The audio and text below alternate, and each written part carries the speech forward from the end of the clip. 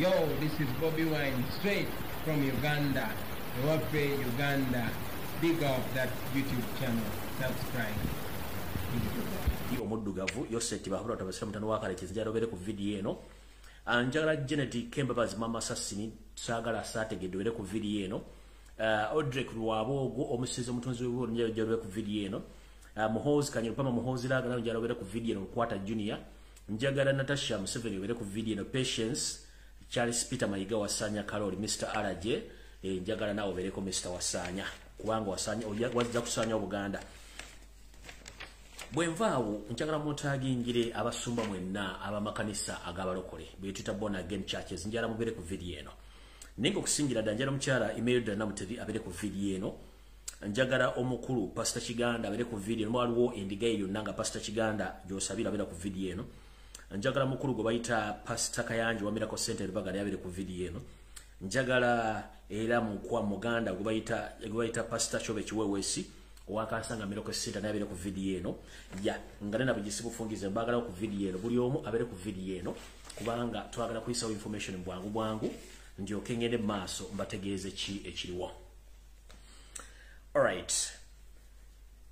Ekindeso lwaleero njagadde kwogera ku nsonga nyingi nnyo. Mulimu ne security alert zengendo bategeeza ngenda bategeeza second attempt Museveni giyakoze eyo kwagala kunzija mbulamu era njagadde abere ku video mugende buli kimuna kitegedde njala abere ku video eno meeting yabadde bya discussing njala abere ku video eno n'abantu mwenna sekinomu weewaawo njala soka kusasira mwenna abaviriddwako abantu baabwe olunaku olwaleero mu bulimi obw'enjawulo njala sasira ennyumba y'omugenzi omugenzi Semakula Ndugwa. Abatamanyi mugenzi Semakula Ndugwa yomu ku basajja abadde n'ebitone mu Uganda era abatendese banakatemba basinga obungi mu Kampala Uganda. Mugenzi mukama mojuludde mu ggwanga erya America era ndoza n'enteekateeka ez'okuzoomula mu kiba kisoose zijja kuza azikolebwa. So kitalo nnyo ddala mu nabitone oyo Grace Ndugwa muganda ffe batata afudde mukama gwajjuludde ali mu ggwanga erya America. Kitalo nnyo tewali kyakola fenali ekkubo enjawulo saawa awo nno nenjala n'okusaasira kuba Uganda mwena baviiriddwako abantu baabwe mu ngeri enjawulo. Kitalo nnyo ddala okuba nti tuviiriddwako abantu baffe. Nga bulijjo saagala balwisa abanaatusanga banaatusanga njala tandika n'akalowoozo kaalyo. Akalowoozo kaalyo kaakano kana akalowoozo njala kagende eri bannayuganda mwenna nga sinagenda kukigula luggi. Gwe omuzadde ali mu Uganda wasomesa omwana bati wamusomesa naye ng'omwana wo akufuukidde ekizibu ng'oyagala yeeyimirize waakole nga mwagwa mu katebe ka Yoseti Babuloni abasera mutano wakalizi nsi era yeeyita Muzeyizedde ensanga bisibe Mana Peneti omusajja omubbi kafulu mupya yeeyita Mana Peneti nyini neyagala twale mwanyi. Njagala mubeere nnyo abantu abagufu b'amaaso. Gwe nga tonnakkiriza mwana wo kampuni yonna emutwale agenda akuba ekyeyo mu nsi z'Abawarabu nga wabuwala. Njagala osooka omanye omwana ono kampuni kyemutwala omanye weesangibwa erinnya lyayo ba director singa omwana afuna obuzibu ogenda kutandikira luddawa. Abazadde basinga mujja ne mucomplaining abaana bafunye ebizibu naye nga ne kampuni yennyini yatuta omwana wo togimanyi. Kati ffe oyagala tukole tutya bali ku social media oba oyagala poliisi etandike etya era obuvunaanyizibwa obuwaddaani. Ekizibu kye tumanyi bannayuganda baatujja ku rights zaffe. Gwe omuzadde ali nga wakkiriza omwana waagende tomanyi kampuni mwagendedde omwana tomanyi gyali tomanyi kyakola wabula wafuna ekizibu n'olwokotegera n'omwana nga yafunye ekizibu n'ojja ku social media ffe tukuyambe tutya nga ne kampuni yatoola omwana wo togimanyi. Nammwe baana bawala bagenda mu biyumba bya Buwarabu ngira bategeeza mulekerawo okuyita mu kadinisa. Okuyita mu kadinisa ojja kufuna ekizibu nga kampuni togimanyi yakututte nga niyakututte tegitumanyi. Kitegeeza automatically oba tolina muntu wagenda atandikira kunoonyerezaako kampuni ki yakututte. Ate nawo omuzadde bw'obanga omwana afunye obuzibu nga yagenda mu kampuni okwekalakaasa n'okwemulugunya kiri mu tteeka obuyinza bwo. Balemeraawo okuddawo okutta abaana bammwe nga mulowooza nti abaana be batta si bantu. Kino ekintu ekigende tuze kitubagamba mwe ne mulowooza ntusaaga. Akagendere kali nti basomba abaana abobuwala bajja mu Uganda mu kubalabisa nti bafunira emirimu naye ng'ate babasomba waliwo ekigendero kyokkendeeza enamba y'abantu abali mu Uganda bo baleetemu abanyarwanda baabwe nga bwe baagala. Ekyo baleme okutegeera. Ekyokubiri waliwo akatale akatunda ebintu eby'omuwendo ebiri mubiri gw'omuntu gezanga ensigo omutima n'ekibumba era ng'abantu abirimu era ye first family oba ye last family njagiyita last family kubanga yesembayo. last family ne lomu yoseti bahoro tabasira mutano wa kale kizinsi yaleta muzezide nsanga bisibe mana peneti omutunzi w'omwanyi za Uganda mulimu mukoddo mu Audrey Lwabogo omusezi ono yatunde ebiwolo n'ensigo n'emitima gy'abantu oyo boy njagala bere ku video bano bakola kyamaanyi nnyo kutunda abaana bano babonyabonya nfunye obutambi bungi nnyo olwaliro kunsinzira ku kyekigenda maaso nenanga olumu nemmwa neŋŋamba kyekigenda maaso mu Uganda abantu kye batasobola kwekalakasizaako gwe omuntu nolanga omwana ali ku kizibu naye nga ne kampuni yamututu ogimanyi tosobola genda okukubirawo enduulu genda okubirawo enduulu weekalakasi lwakiri weeyambule bakutola kutwaza ku polisi nti weeyambulidde naye ng'olaze nti weekalakasiza social media twogera naye bano abasajja batemu bagamba nti bafunye abaana ne batemu tebaagala kumenya kasita bafuna abaana bammwe so nija bakubira omuyambo gukutakungula abazadde mu making sure nti mumanya kampuni ezitwala abaana bammwe nammwe mwennyini abaana before nga tonyagala kuyita mu window kugenda kuyita mu bweru genda sooka omanye kampuni kimu epise ojja kufuna obuzibu baleme kusasula osigale ng'oli mu buzibu kati bu video buno bugenze butambula olwaleero naye nange bumazeeko emirembe kansooke mbalageko bumazeeko emirembe omwana ono mulaba bambi nyina ali mu kulaajana uyo nga ndi mutuuze weruwero mu muluka ogwekatikamu eggombolola katikamu nkuba eri omulanga eri abantu bonna bekikwatako nsaba buyambi bw'omwana wange Rachel Namitala ali mu buwambe amaze emyaka 7 ng'akola niye nga tasasulwa nsaba bwenkanya nkuba omulanga eri gavumenti ne buli muntu yonna wekikwatako maama Nabbanja oli maama nsaba obwenkanya nga bwalime nsobola kinkomeza video eno kasita agambye ku maama Nabbanja wenkomye okutegeera newakubadde mbadde njala kuyamba mukyalo ono kasita nkwogeddeko naye nga mukitegere nti gavumenti yennyini yesomba abaana bamwe kati goba okubira omulanga Nabbanja akuyambe nga mana peneti yennyini mana peneti ono Museveni omubbi w'omwanyi yoseti bahabura otabasira mutana wa kalisi yereeta yali mu bintu bino then obanga yakootakoota mugaalo mwode kuba tonakyo genda kufuna awo sigenda kulwawo akonkagadde kangereko kigulalo gikyaleero ekigulalo gikyaleero njala kigenderi bannayuganda mwenna buli omu ndenda kusingira ddala abantu bayita Abaganda kano akanyoomonyomo njagala kakoma olwaleero bw'oba kutenda okudduka toyitawo osula era mbatumiddeko mwenna abanyumira nnyo akanyomero kanage ekigulalo gi bwe bakutenda okudduka toyitawo osula era oleka mwezi n'akuzza kubanga bw'oba ogoba musajja muno oleka mwezi n'akuzza buli musajja yenna n'omukazi yenna ng'amanyi olina ga Kiganda ngenda basaba akantu kamu mulekeraawo okukozesa olulimi Oluganda okuwemula mwe temumanyi kye mukola nti ku nteekateeka ezimu mana peneti yose tibahabulwa utabayisirwa mutabani wa kale ensi yereka muzezedde ensanga bisibe lukwata siniya ebintu byakola bino kwe kutamisa abantu olulimi Oluganda okutamisa abantu Abaganda ng'akozesa abantu Abaganda n'owulira omukazi omukulu abasajja abakulu nga bakozesa olulimi Oluganda okuwemula ebigambo ebinene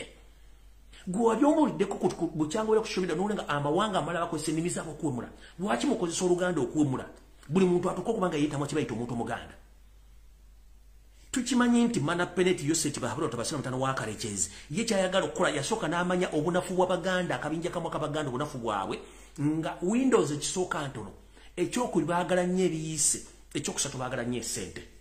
era naye akyogera nti omuganda kasita omuwa ssente obumaze asobola okulya munno olukwe ate nga kikulu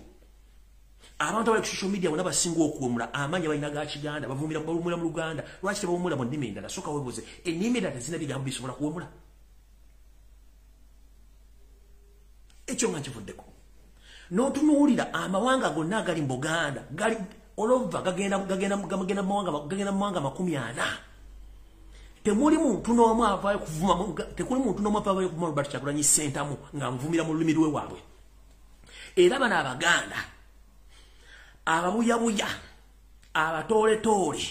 abaagala obuwogo olw'okuba tebasobola kukola baavu mponga byoya bebawa ensimbi n'alumba omwana wa Nambi n'amuvuma n'amwogoloza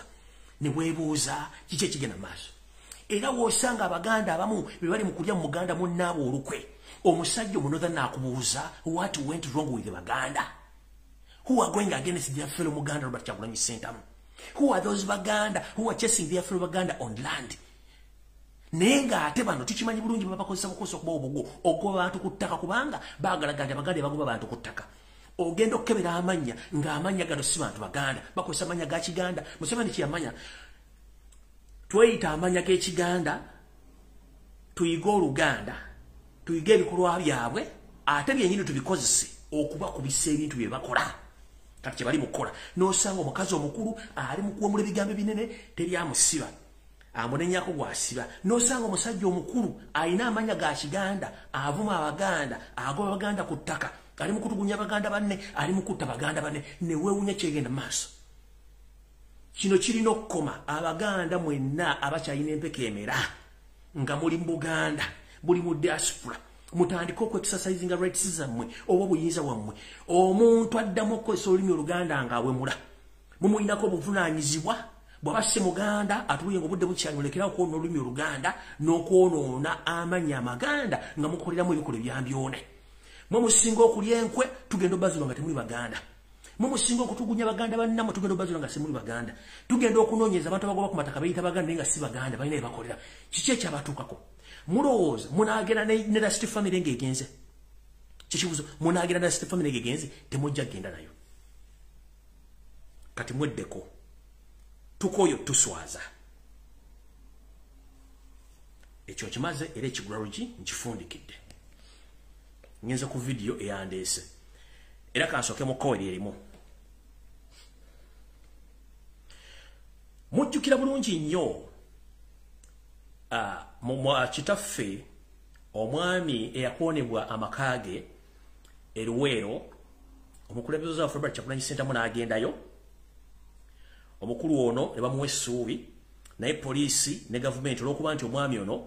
eyeeyita Sula Sserunjogi musajja Munyarwanda amanya g'amatuufu ye Seviyumba y'ono musajja ono muka video kano oyo yoyo bayisewo batya kimegeredde talinaawo wadde akayiiko k'ettaka olwabeerewa mateeka nti mateeka aligagula ebyo naye nali ndi muntu mulamu kati oyeyita Sula Sserunjogi naye ng'amanya ge g'Ekinyarwanda ye Seviyumba kati Seviyumba yatwala ettaka lya mukulu Mugambwa ennyumba n'agikoona bw'amala ogikoona yagenda okulaba nga tekimumalidde ng'akimanyi nti Last Family egenda kyokka n'addira mukulu Mugambwa n'amulondola mukulu Mugambwa yaweebwa obutwa ali mu nnaku ze ezisembayo omusajja atwagenda kufa lwa ttaka naye tagenda kufa yekka kubanga ne famire ye bagenda ginoonya bagenda kutta omu ku omu yoyo mukulu essaawa zino embeera gy'alimu musajja wattu musajja Muganda amutta ye Seviyumba naye nga yeeyita Sula Sserunjogi atta Mugambwa yenna nnyina ettaka baamuwa obutwa omusajja atu baamulolamu obutwa abakaage bagakoonye abaana be bali mu dduka ali mu nnaku ze ezisembayo agenda kufa kuyo musajja Muganda amutta Munyarwanda Omunyarwanda atta Omuganda teri ayogera naye kati ono musajja nze waliwo empuliranga ebintu bino waliwo ekintu ekikwi n'owuliranga ekintu kyagala kutuga mu bulago ofooveewo Seviyumba eyeeyita Sula Sserunjogi atta Mugambwa omusajja Omuganda gwe yasanga ku ttaka lye nga n'abaana boona essaawa zino ali ku kitanda gwe bawadde obutwa agenda kufa oli ayagala ttaka ate nga kino badde bakikola okumala ebbanga ddene nnyo kati Last Family bano ba agenti bammwe nammwe kennyini kyemugenda otuusa ku Baganda Abaganda bagenda tuuka okuba nga beerwanako nga tekyali muntu akola ki nga tekyali muntu abayimiriza kati ono mukulu yoyo omusajja gwe bakolera ennyumba Lutamagozi Ssemakula n'agendayo Kyagulanyi n'agendayo bambi baamunoonya era ne bamutuusaako obula bamuwa obutwa wuuyo bambi agenda kufa naye n'abaana be balirira ku nsiko essaawa zino wuuyo omusajja essaawa ne bagenda mubika nti afudde naye ng'amusse yaani amusse yeeyita Sula Sserunjogi naye ng'amanya g'amatuufu amekusifu bamuyita Seviyumba yasse omusajja Omuganda ku ttaka eriri ono si yekka abantu bangi bali mu kuttibwa mu Buganda naye nga teri muntu yenna anyega njala mujjukira Robert Kyagulanyi Ssentamu yagenda Eruweero okugenda okulaba omusajja ono nga bamukonedde ennyumba bambi baamunoonya ne bamuwa obutwa wuuyo omusajja agenda kufa ttaka lye limutta amutta ye Seviyumba naye yeeyita Sula Sserunjogi kambadizemu yeyita Sula Serunje juuyo musajja bambi kamubadizemu takali liri musa uyo omulaba bambi ali ku kitanda takali liri musa n'abaana be babanoonya omukumbagala batta uyo abaana be babanoonya omukumbagala kubatta takali liri musa ono yamutta oyo seviyumba yeyita Sula Serunje musajja munyarwanda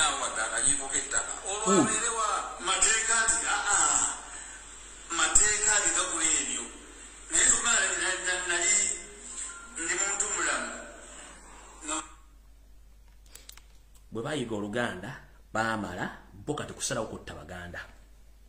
kati Endobeso njagala egende limu ndaba da Uganda bali mu Uganda era njagala buli agawumbidde agaggule gye tunaakoma okusirika ku byalo byaffe ng'Omunyarwanda atta Omuganda atta Omusoga atta Omukyoli atta Omulango atta Omunyulo atta Omutoolo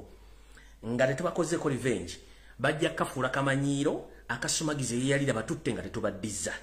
wallahi nkulayirira mugenda tandika okufuna resistance okuva mu Bannayuganda buli Munyarwanda leetibwa mu kutta mu Munnayuganda namwe tugenda bakyukira tubakoleko ng'obuyinza bulagira ono mukulu bwafa n'abaana mutandise banoonya mu batto lw'ettaka mwajja n'ettaka mwalijja luddawa kati video entuufu etandise mukama bono bofudde akuumuza mirembe ntegezeddwako ne mu famire y'omugenzi Hajina Santegese bagala waliwo omwana yafudde era ne bawadde buwe butwa yafudde waliwo omukulu ayina ekizimbe mu katale k'ewandegeya omukulu musajja Muganda nga okaya n'ekizimbe n'abasajja Banyarwanda mu katale k'ewandegeya nfunyeeko information ne bantegeeza nti weegendereze nnyo bakuwadde ebbanga lya mwezi gumba otakkiriza ssente ze bakuwa ogenda kuba ofudde ekizimbe bakitwale kano mujja kasalamu gye bujja kumunawula nti waliwo omusajja omukulu yafudde mu Wandegeya nga abadde akana ekizimbe ku bizimbe bino buli katale k'ewandegeya kya flat mujja kaje mukateekeo ku social media nga namuwoninga munawula nti waliwo omugaga Wandegeya yafudde gwe basse ninga muserwa kizimbe mujja tegeera kye bayita information entuufu ekyo nkimaze kati ngenze ku information entuufu ntandike kansubire nti abasumba bonna batuuse abalina amakyaki mu Buganda bonna balokole mbagala kuno era ntandise bwe nti era njagala Anita Amongi ojje ku video eno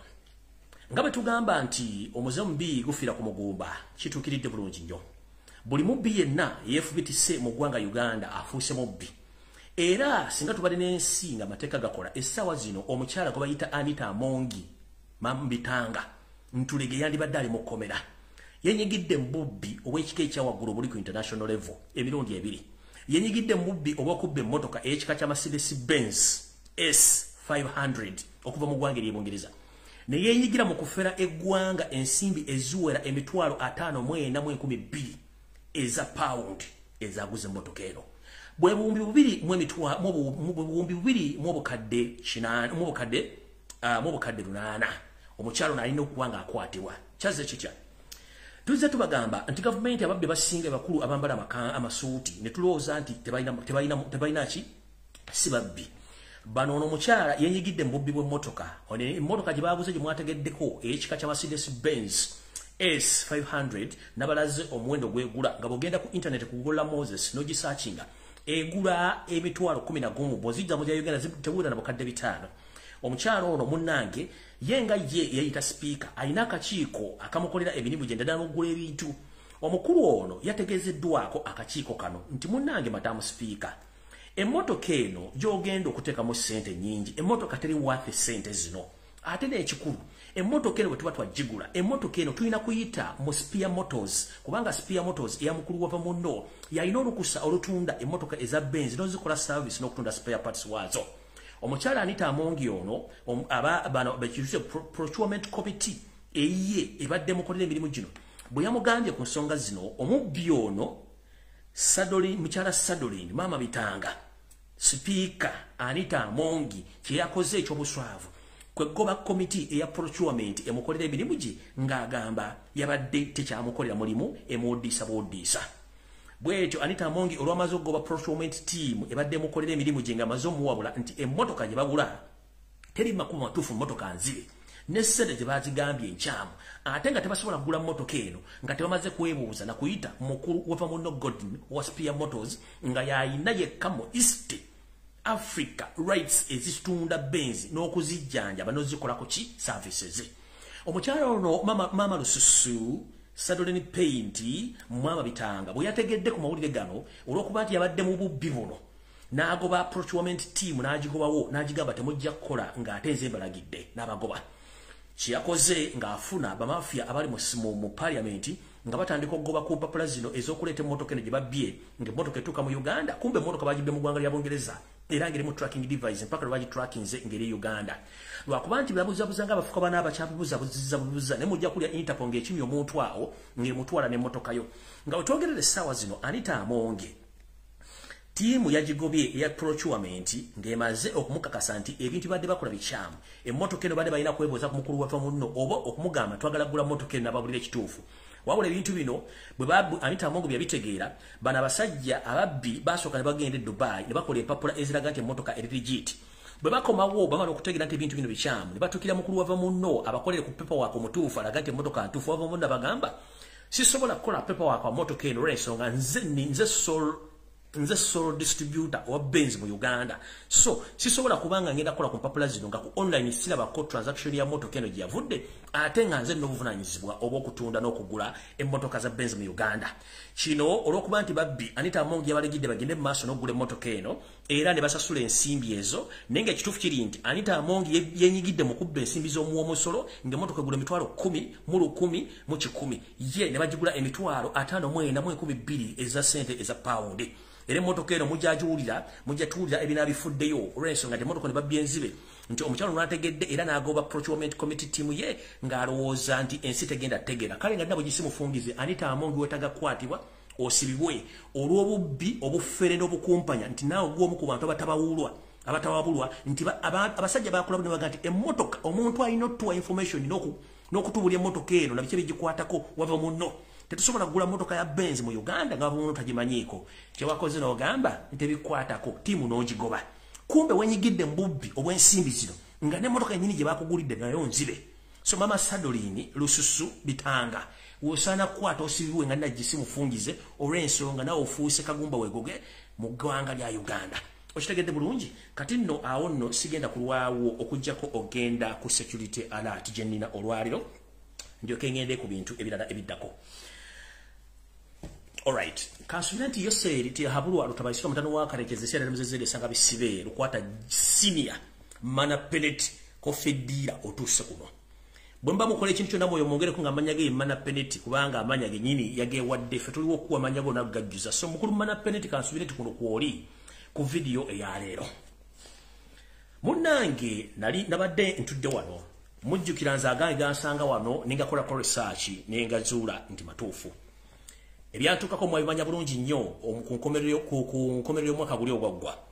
Era njagala tegeeza Museveni nti enteekateeka ey'okubiri gye wategese eri obulamu bwange information nagifunyira gye nzija ntegeeze public nga nabo gisimufungize. Naye before nga sinagenda njagala kutegeeza. Bwasindika batamanya ngambawo buli kintu kyonna ekyali mu kunkwata nakimanya baani abakirimu era sente bekazi wateekamu na buli kimu. Nenfuna abanamawulire bali ku international level ku company ez'amaanyi nga bagala kunjja ku interview nengamba not at this moment nja kulindako nga mazo setule bigere wano. Okukakasa ekintu kino njagala otegeere nti ebintu by'okola byonna tubitegeera. Ono omwami ye first secretary owa embassy eya Uganda mu Ankara bamuyita Joseph Barije yono. Ye coordinatinga okunkwata omulundi ogusooka oba okunkidnappinga yo Joseph Barije ekifaananyi mu kikube mu kitimbe ye first secretary wa embassy ya Uganda mu Take mu Ankara bamuyita Joseph Barije. Ono yali coordinator mu nsonga zino zonna. Nolwe twogera Museveni yamu coordinating second attempt ey'okunzita oba okunkwata omukulu Joseph Barije. Ngera akolagalamu n'akakiiko ka NRM akali mu kibuga Istanbul babenga ba coordinating anabatu bengendo babulya. So mukulu Joseph Barije emirimu gyo gy'okola ensi egimanyi. Njala bagamba mumulooza nti ensi bwe beesiisa abantu bategeera. To prove you wrong, mukulu mana penalty yosseri tibahabula otabasira mutano wa karekyezi. Eno kadi ogiraba. Nkulagako sample sigenda kulaga byonna. Eyo kampuni ogiraba bagiyita Al Jazeera. eyo company ogiraba sigenda kusembeza manya njala kulisa ku mulisa boti bagita Al Jazeera ogiraba kitongole kyansi yonna ekyamawulire ono emukuba director bakola investigations namufuna dda nafuna wa BBC no wa CNN obabuulya who was behind my kidnap era kati njala kutegeeza Steve Nagano bawa interview olw'ensonga nti information yo nanjirina saagala gibwa at this particular moment nine za Al Jazeera neza CNN na BBC buli kimu kirina kati mukulu gwe tewategeera ati ndamanya ani ya coordinating ankulazo oli musajjawo ono musajja Joseph Balije ono yali coordinator na kati gwataddemu o coordinating kuba nti basasini bo be bagenda coordinating ayo olw'amata Joseph Balije yagenda coordinating kati ekyo nga nkimaze nkulaze nti ebintu byonna byatuukawo biri well set biri organized mbira biri documented kati mulio kuba mwayika Windows mulowooza muosa due to the problem of cow mentality mwina cow mentality kyekizibu kya mbongo mulowooza buli kimu kisoboka tekyakumalira go diyo bwe yayika gyoteka mu kade basatu wa $1 oyagala okunzita n'olwalira okumya ku table ku Tuesday wayina meeting ne mukkiriziganya ne first family mwakkiriziganya gwe first family yo gwe kennyini Muhoozi Museveni Janet Odrek Lwabwogo Natasha Patience ne Charles Peter Mayiga yali ku conference ne muteesa okuddamu okunkwata oba okunzita kati ntandise bwenti ngero kitegere kati mukulumana penalty bwe yibange emyaka gikubidde akatambala nga Windows zaayika weewumuzeeko when you attempt on something and you fail please sit your ass down and prepare your death because death is calling anytime. Sit your ass down mukulumana penalty wetereze enensi kuleka nensi kola your first attempt you're failing. How sure are you second attempt agenda kukola nga ate mbaza okufuna information yo nangenda jikuyaga bwe yabadde so mukulumana penalty tuza ko engala biyo wansi tuza olubengolo wansi tuza ko butasoma bo wansi tuza ko cow mentality yo wansi meeting ya mu yabadde bweti kulunaku olwokubiri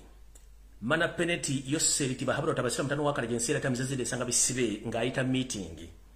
Bwaita meet yale taina jiita na ye Janet Kemba bazimama assassini yamutadde ku pressure namugamba buli kyetu planning acho ndo mvubuka akikuba nakiwa tubade tulina time tuka mugomukanga tukisizo obukulembeze bat kiganyirwa mvubuka oyo the same applies to Odrek Lwabogo Moses namugamba ekintu kyekimu Muhoozi kanyirogaba Muhoozi laga lukwata junior namugamba tata tulina ekizibu ky'omwana oyo omwana buli kyetugenda okukola kyonna akimanyira akiyiwa tugenda kukola ki the same applies to Natasha nakuwoninga oli luzira wagula ettaka ne luzira watandise okusengula abantu ku byalo ne kiyama n'omukwatira mu wabala n'omuta Natasha nakuwoninga ne nkugamba pa ku bantu b'emitiyana wanze kuberuzira the same watudde mu meeting yagala okunzita nakuwoninga omulundi ogusembayo olabika oganye okutegeera mukazi muwala gwe nakugamba oli muwala muganda naye oganye okutegeera naye olwokuba nti bakuzala mu nte nkazina kawumentality naye mentality y'onfu ngenda ku exposing omwana guwazaala first born ogwa muzaalamu ojja kutegeera ensi ejja kutya nkuwoninga omulundi ogusembayo genda mpola ku bantu ba Uganda oli mwana muwala oli nvandiirwa wandibadde weesonyiwa bannayuganda beruzirayo wali kitintale oli mu kutulugunya obugoba ku ttaka osenze ekyalo kiramba niye osuubira ekyalo ky'osenda amini teyaliwo bote teyaliwo baaliwo kati genda mpola ku lwokubiri oluwedde ku ssaawa 2 zennyini ez'akawungeezi last family yatuula era nga ekubirizibwa Yoseti bahabura tabasira mutulanawo kaziseera tamana penalty meeting eno yatandika ku ssaawa 2 neggwa ku ssaawa 4 ez'ekiro biki ebyateesebwako yalimu mana penalty kennyini Yoseti bahabura tabasira mutulanawo akalekezi mwalimu Janet Kemba mwalimu Odrek Lwabogo Moses Muhoozi Kanyirugaba Muhoozi Laga Lukwata Junior Natasha Patience Lwabogo bwepo ne Charles Peter Mayiga wasanya ku simu ngali ku conference call Chichi ekyali kituyita ekigendera ekitufu kya meeting eno bagiyita the last attempt to kill or to kidnap Lumbuye Fred Kajibu is talking right now to the congregations as we speak right now. Yoseri yagamba nti tulina okukola olumba olusembayo ku muvubuka olwo kubanga atufukidde stumbling block buli kyetukola kino mu plani zaffe era ono atulemesezza okujjawo obulamu bwa Mutebi atulemesezza okukyusa obukulembeze nga ne Muhoozi project yennyini agitaddemu eggere buli kyonna kyetukozaako okukola okukendeeza ku namba y'abantu ne bizinensi zonna mu Uganda omuvubuka ono atulemesezza olwokuba nti awa amawulire amatuufu ate nga ffe tetulina kufuna information ate tusobola gifuna kubanga nekusifu nnyo n'agamba nga bwe kiri tugenda kukola last attempt okukidnappinga oba okutta omuntu ono omuleeta nga nenda bwe gisimufungize mukulu ndooza ebyokukola ndibadde ofuna bingi nnyo kubanga nze kati sikyate nasala leerwe sikyati kijja kubanga eyatya okufa yasigala mu nda ya nnyina wagambye bw'oti wagambye tetulina kintu kyonna kye tusobola kukola ng'omukulu ono ow'omutu omuhanga ali muki ali ku live ku Facebook ayogera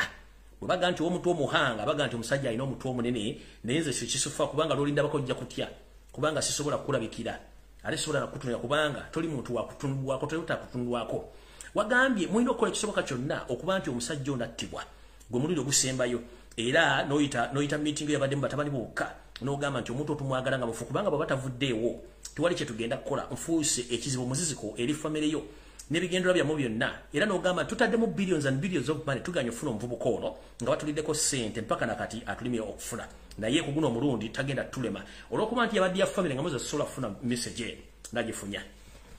mukulu wasaanya alaji Charles Peter Mayiga Kaloli wasaanya gamulengejja ku ssimu yagambye bw'ati yagambye His Excellency I'm very sorry to attend this meeting but I'm very sad to say that each and every plan we had failed because of this man Lumbuye. Whoever comes on Sunday and expose each and every move which I'm trying to do in the line of my duties. So please, can you help me for the last time and attempt to get this boy to be killed or kidnapped, bring alive in Uganda? Wasanya Gambi what? Yagambye nti munansonyiwa ndi munakuwavu nnyo okumpita mu meeting eno olw'okuba nti ebintu byonna bye twapulaninga mudde omukulu oyo gwe bayita Lumbuye anemesezza buli kimu buli lwa Sande akeera n'ankalakata n'ayogera buli kigambo kyonna ne plan zonna ze twagala okukola nekiba nga kinfuukidde kizibu nnyo okuba nga ntuukiza obuvunaanyizibwa bwe nneeyama okuba nga mbukola okutuukiriza ekigendera ky'okugyawo kabaka n'okujja Obuganda bwe kimu kikyankalanya nti omukulu ono alinga abeera mu Bulange oba aliko emizimu tetumanye oyo bwe yamaze okwogera bw'atyo ne bagenda mu nsonga ne bagamba bati mu mission eno kennyini Museveni agenda kusindika ba top assassins be era nga we twogerera ba top assassins olunaku lwajjo bamaze okufuna ensimbi emitwalo 7 ejja dola ejabaweereddwa bagenda kujja Abanyarwanda 5 ku ndwe yasindise Abanyarwanda era mission eno teyabaddemu abantu be yasooka okuwa ensimbi muno mulimu Balamu Gahara mulimu Frank Gashumba mwalimu ne Muhammad Nsereko Kagege bano ne balemwa n'abantu abalala bano teyabategeezeza kubanga yagambye nti if we involve these crooks, the information might leak, but you didn't involve those look crooks. What happened again? I've got the information, now I'm here to what? To expose you. No gamba kosindika Abanyarwanda 5 ngo bawadde emitwalo 7 ejja dola nga bagenda coordinating wa ono mwami Gwembalazeeko wano yagenda okubeera coordinator ne NRM secretariat oba NRM group eri wano mu Ttake ono mwami bamuyita Joseph Barije ye first secretary ali ku embassy ya Ttake era singamba ke kizibu kyonna abantu balina okukwatibwa yono mukulu gwe bayita Joseph Barije akola mu embassy ya Uganda mu Ankara ye first secretary oyo Frank Gashumba mulina mukwata Muhammad Nsereko mulina kukwata Balamu Gahare bana basigadde bo manyiddwa nti bo balina okuba nti bakimanyiko bulungi nnyo tugenze maaso bamafia abatano byasindise yagambye nti bano mafia bagenda kubakolera wamu n'ekitongole kya CMI ne ESO abatamanyi ESO mwe kibayita External Security Organization bano ebaketera ebweru w'eggwanga Uganda bano bakolagana nnyo n'abantu mu diaspora babagala okukola emirimu gyabwe teyakomye okunabagamba tugenda kukozesa ne bamafia oba abantu bebasubira okufuna wano wendi basoke banoonye nenga bagenda soka kozesa NRM agents wano okuba nti bantrackinga wenjagala bagambira buli gwe basindise gendo tracking ennyoko kuba sirimu wangu wako tracking olw'ensonga si kyalina kyentya ate luli kye mwali mmanyi nti mukutte embuzi kumbe mwakwata njovu enjovu ne bwegenda mu TV ensi egitegera nti TV yagudde kati mujje mpola yo seeri tibahabula tubasira mutano wakati jensire temuzizidde ensanga bisibe mana penalty yagambye bwati nti mbawadde directives mbawadde ebiragiro okuleeta omwami oyo nga mulamu oba mufu wano mu Uganda kuba mwetaaga omulaba akoze eddibu ddene nnyo ku ggwanga ne ku bizibu bye nnina wano n'okuba nti alemesezza ebintu bingi nnyo okubanga bituukirira bye nandiyagadde bikome so njagala omwami ono bamuleete wano either nga mulamu oba mufu kubanga nkooye okuba nti omwami ono antuula ku nfeete ng'akozesa social media ngezezaako okwakinga page ze ne bazitwala ne yalemeddeko bwatu yagambye nagamba ngenda kweyambisa abantu bana batano bensindika n'okweyambisa abantu benafuna eyo mu nsi mwali betuyita abantu abali ku ground ba mafia ne ba NRM okuba nti bantu trackinga no confindinga bwepo ne tiimu ene executing oba okutukiriza ekikolwa kino eneba ezze oluvanyuma group eno ejja kuba y'abantu batano abagenda otukiriza mission eno era omukulu ono mana penalty yoseti bahalota basala mutano wakale zinsiere itansanga bisibe mzizende yagenze maso na agamba ngakagudde ko budobozi kino kino kolibwa kigwe omulundi ogusemba yosagala kuddamu kulya ku muvubuko oyo wado kulya ekigambo kimuvamu ku social media kati mukulu gwe ngabo ino obuyinza era ku nsi kuno lokuba nti otta mukulu mana penalty yoseti bahalota basala mutano wakale gwe ngabo ino obuyinza obutta eno le second attempt je wakoze ne series wawaddeyo nze ngamba zibanje ngo obudde bukyali nkulaze ne kutegeza kigena maso goyinza okuloza nti nkyali legwa kwata kati siri mundi mulala nnyo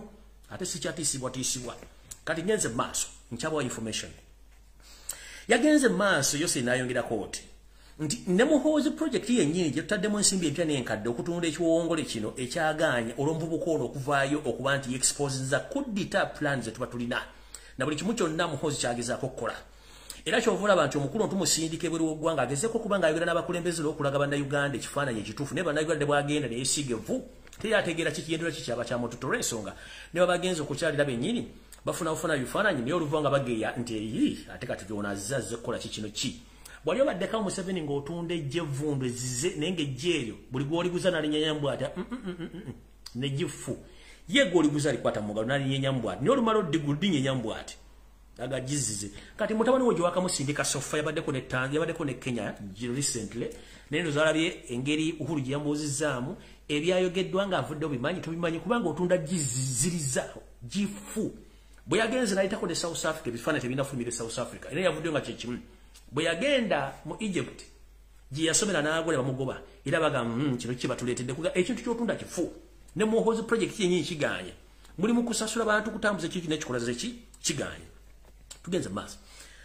ebigambo byamaze obyogera omukulu ono yoseriti bahabula tabasema ntono wakalekezi ngenda maso munindeko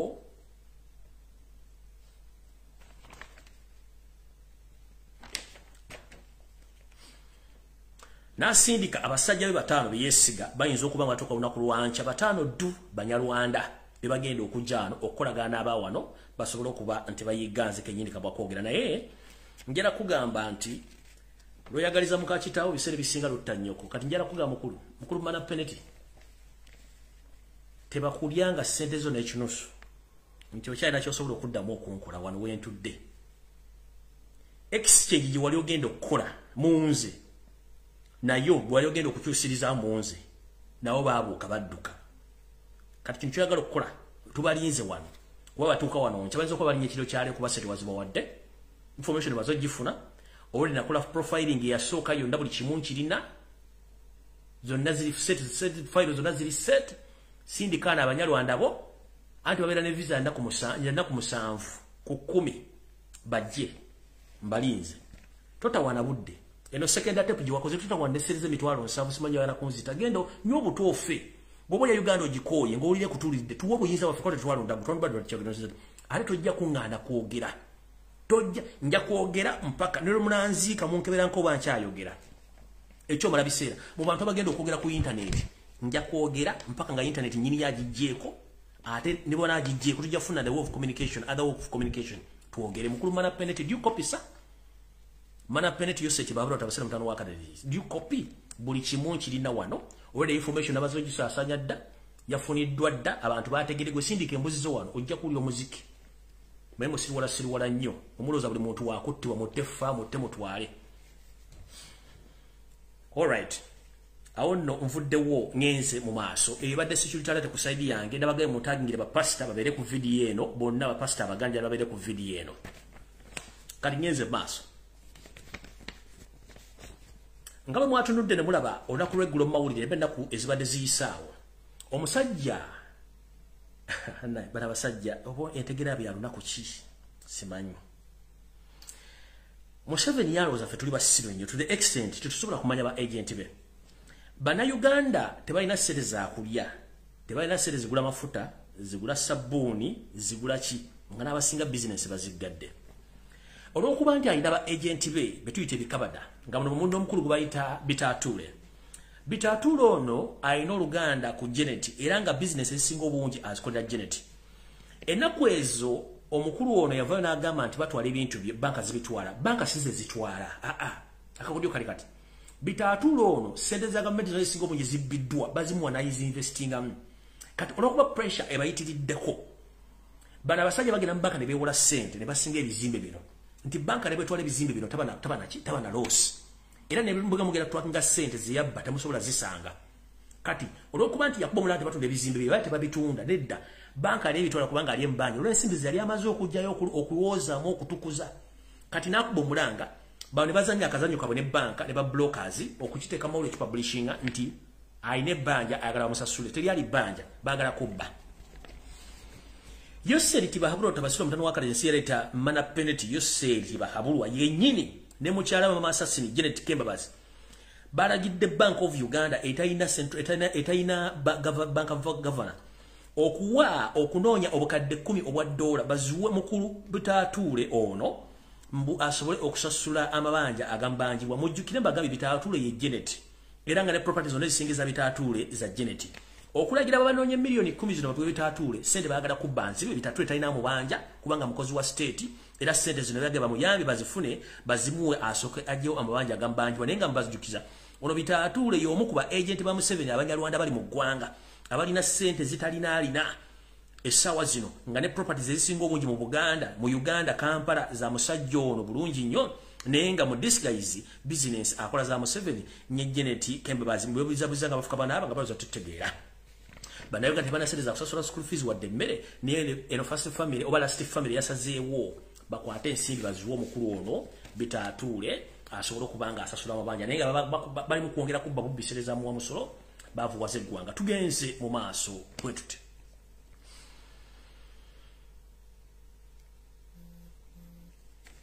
Eno message njagala egende mwenna abasajja n'abakazi abali mu diaspora n'abali eka. Nzijja nenkola program ey'Essande mbumuli mbulange Mmengo bulwa Sande ku Ssabbiiri okuba basisobodde kujja ne baga sigenda kujja. Mwali mukitegeddeko nti obuvo n'obuddo bw'akabinja k'abatuusi kabinja bubinja k'abantu akazize kawamba ensi nga kazitufutubbalamu era nga ne bakasanga obukulembeze obw'ennono kabusaanyaawo ko ne keeyimirizaawo.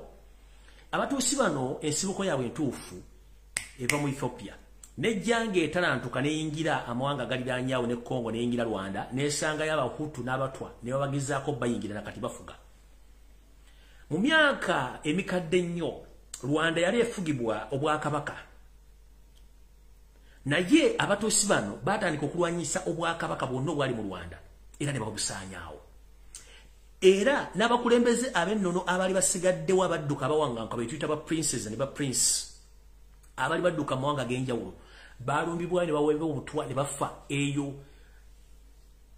generation erizasaanawo obwakabaka bwawalana ne bufa ne buggwawo naye nga bwaliyo kana kabinja kabatuusi nga kakikola. Bwe nzija n'enkola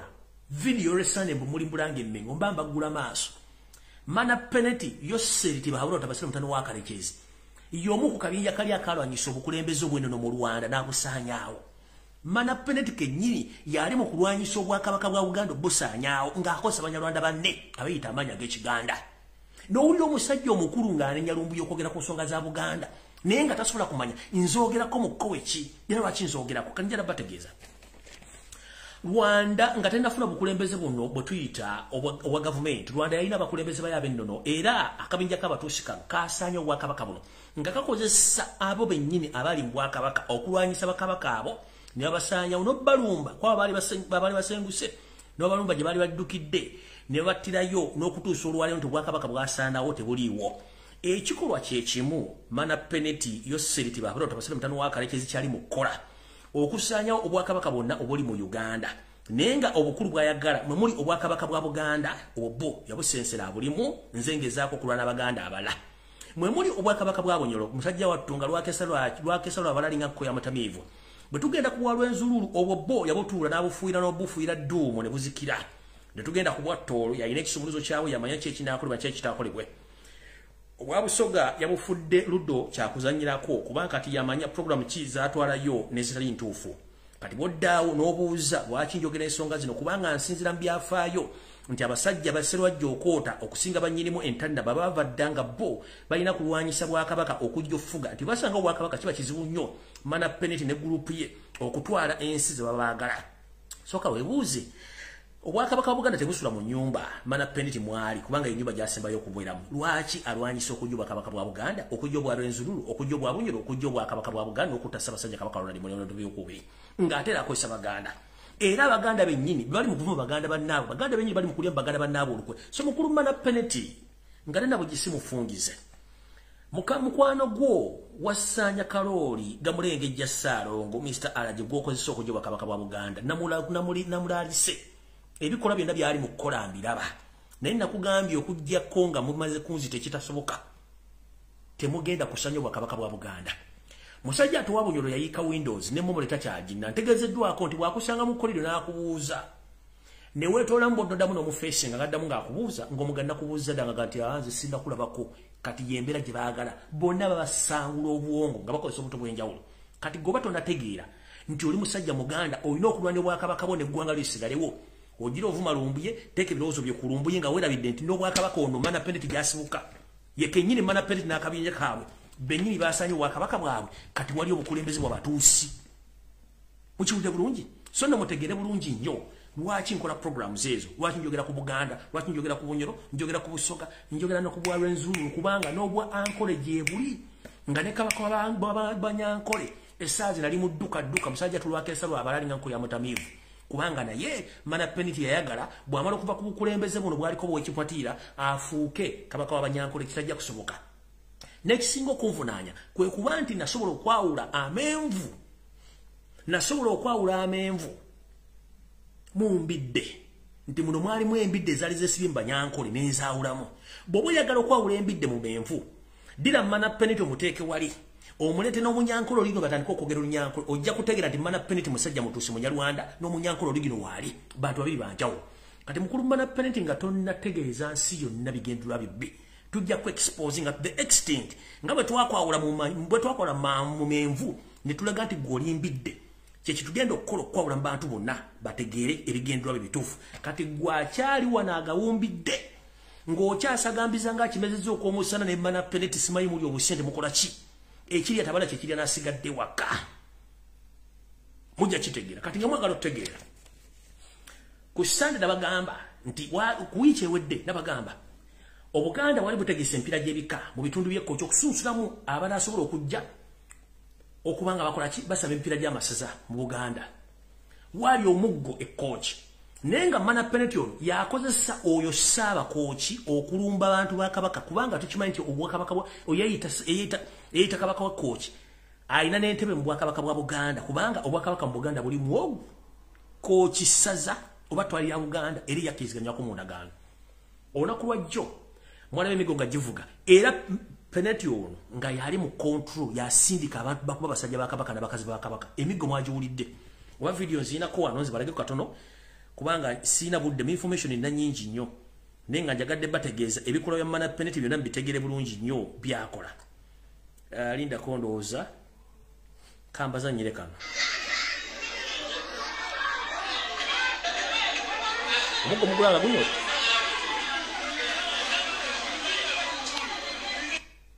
ye bw'ati bw'akola kyankalanya ofuge osanye Obuganda. Kati bw'owulira omuntu ng'anenya Lumbuye okwogera ku nsonga z'Obuganda ne neebuuza ono ba Mana Peneti ne bande bategeera lunaku ki nja kuzoogerako. Awo no bategeeza nti Obwakabaka Rwanda yalina Obwakabaka bano bennyini ba Mana Peneti n'akabinja kaabwe be baasaanyaawo Obwakabaka obwo kye baagala okukola mu Uganda basanye Obwakabaka balyoke bakole emirimu gyabwe. Ngenze maaso kati njala bawa amawulire agafa mu Kongo tukungende kugabasumba. Wetwogerera essaawa zino olutalo ova omwango bakafungula nkete lwandibanga lutandise okuteeka ekitundu ky'amasekkati ga Afirika ku bunkenke. Ng'eggwanga lya Kongo likooye akamanyiiro akasumagiza eyalira nga lyategedde bulungi nnyo nti akabinja k'Abanyarwanda akakulirwa mukulu Pirato Wepo ne mukulu munne Mana Peneti Yoseti Bahurata wasani matono wakalikizi nga bayita mu kibinja kyabwe ekyabayekera ekya M23 babadde batutte ebbanga bali mu kutawaanya eggwanga lya Congo kutta abantu n'okuba ebyobugagga mu Congo nga beefubutika nti banoonya bantu babayekera nsi zaabwe. Kumbe omukulu ono gwe tuyita Tshisekedi omukulu akulembera eggwanga lya Congo yali abatunuliza kyamulinga essalambu eri enseega ndi banafuuka balowooza nsaaga. Mukulu Tshisekedi yatwala obuvunaanyizibwa n'atendeka amajjeege bulungi ag'ekyama nga Mana Peneti ne Piraato tebamanye. Era yagenze okukya ng'omukulu ono Tshisekedi afunye ensi ezimuddako waggulu nga zimuwa obuyambi emmundu n'abasirikale okwenganga Piraato abasirikale ba Piraato n'okwenganga Mana Peneti Yoseti Baharo tabasirikale n'abasirikale ngira zitandise okuvuga otwogerera. Netwesabire nnyo olutalo luno luleme kusiikuka kutuuka eno waffe naye nga tetwandisabye nnyo nti ebiyiika bye tusinga okwagala era mwegendereze nnyo naddala mu bannayuganda oligino abagenda mu lutalo lw'e Congo bwe mulaba nga gitandise okuwunya mumukwate bukwasi migemera wala nga mugitunuza eno naffe kennyini bwe tuneegaganira okuva mu tulo tusobole obbayambako so temumala budde. Eri bwe mulya ng'emberenge ziwunya musaanukule busaanukuzi ng'emberenge muzzi naffe tulina kyayi waffe n'omujaja kweguli naffe tunaawulirako engalabi nga zivuga kwe tunaasitukira kubanga tweetaga tuni naffe tutandika okukola so mbategeezezaako olutalo oluli e Congo olutandise okusituka mwandiwuliranga Piraato ne mukulu we Mana Peneti eyabawulo esiridde kubanga Congo yagambye ekoye ejjoogo eyagala kutandika kulaga basajja bano yensonga lwaki kati essaawa zino mu ggwanga lya Congo kasita weeyogeza oba ne bakutegeeza nti osibuka eri wa Piraato oba Mana Peneti ng'ate bakumanyi nti oli mutuusi munnange owawunyira ziizi emiggo givuga n'okwokya ebipiira ne bakwokya kubanga abasajja bakowunyo bakoye ejjoogo lya Mana Peneti n'akabinja ke. Era nga otwogerera omuntu yenna yeeyita nti ava mu ggwanga eryo ery'omulirwano era ng'amanyi ku Mana Peneti wepo ne Piraato egikukubwa bakuba gy'akatale egisigaddewo n'ogyota bwosi buliro. Alright, kangende ku mboozi eddako. Alright, kati wano mbadde njagala mwotangire abalokole mwenna abali mu Uganda. Ntandise bwenti. Omanyi tugamba nti okalya ddakadda envunyu ogirira mu katiko wapone kusanga mu coffin gy'oba ofiiridde. Abalokole mwenna abali mu Uganda Mukama yeebazibwe. Fenno tetubalinaako buzibu naddala abo abakyali ku mulamwa. Newankubadde Yoseeri tibabula tabasira mutano wakati jinsiira ita muzezedde Mana Peneti akola nnyo kyamaanyi buli omufuula omusiru okuba nti amukolera. Ne tukimanyi nti basajja ba Katonda abamu ebintu bino tembiriimu naye nga muli birimu wa butaagaane. Nga otwogerera essaawa zino Mana Peneti Yoseeri tibabula tabasira mutano wakati jinsiira ita muzezedde nsanga bisibe ali mu lukwe olw'okwagala okuggyawo basajja ba Katonda ng'abajjawo asobole okweddiza ebintu byabwe sinakindi abo balinamu emigabo baba balinamu ensimbi n'abajjewo asobole okweddiza ebintu bye. Bino mbyogera nga nsinziira ku information yange ntegeezeddwako nti abasumba abamu mulina omukono oba mulinamu ensimbi za Mana Peneti ze yabawa naye abamu temuyinaamu naye nga mwafuna ensimbi okukola amakyaki gano. Mana Peneti abaagala nga muli bafu kubanga we mwateeka amakyaki wafuuse kyattunzi wafuuse golodi abaagala nga bafu. Kati njala tandikira ku mukyalo ono gubayita Pastor Emerida Namutebikula. Pastor Emerida Namutebikula mujjukira bulungi nnyo nti bwe yatandika obuweereza bwe obw'okusumba endiga yabutandikira ano ku nfudu ewa Kisingiri e Mengo. Munnange omukyalo ono yayitiikirira nnyo era ng'akola ebyamagero. Wano we yava ne yeefunira eddenzi lye bayitanga Pastor Kula essajja essaawa zino baami nga Pastor Kula mugenzi. Pastor Kula n'azimba Emerida Namutebi n'okumutegeerera kubanga mukyala Namutebi ebitabo byo biri awo bimusobozesa okubeerawo mu bulamu bwe naye nga yeetaaga omusajja asobole omubeerawo mu bulamu obw'okumulabirira n'okumutegeeza ky'alina okukola. Munnange ndowooza omukyalo ono oba yayinamuko ku mukono gwa gavumenti omutonotono munnange ng'asuumukamu ng'avaawo emengo nga yeeyongerayo gye yagenda okuzimba kanisa ye n'azimba kanisa vo omwange nene enzibu.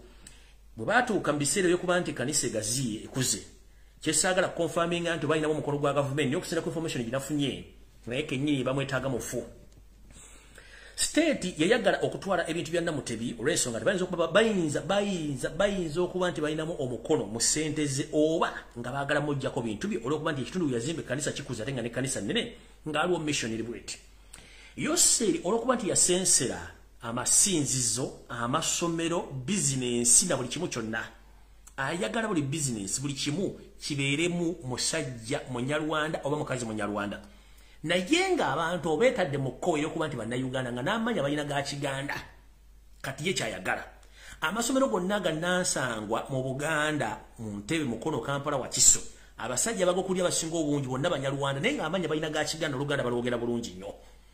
mukitegedde bulungi kati n'abasinzizo gana gasinga obungi Ekereziya yagikuba mu Debituli ayinamu Banyarwanda be Church of Uganda yagikuba mu Debituli ayinamu Banyarwanda be Ekkanisa ewangala neramula wantu wonna gye tuyita yaba 7 Side yagikuba mu Debituli tugenze ku Orthodox ekiri ekifumba mutoko n'amadeeni amalala olana embasamize yatuukayo mana penalty onookoma munnange tulinze ya sitaani tonnagikola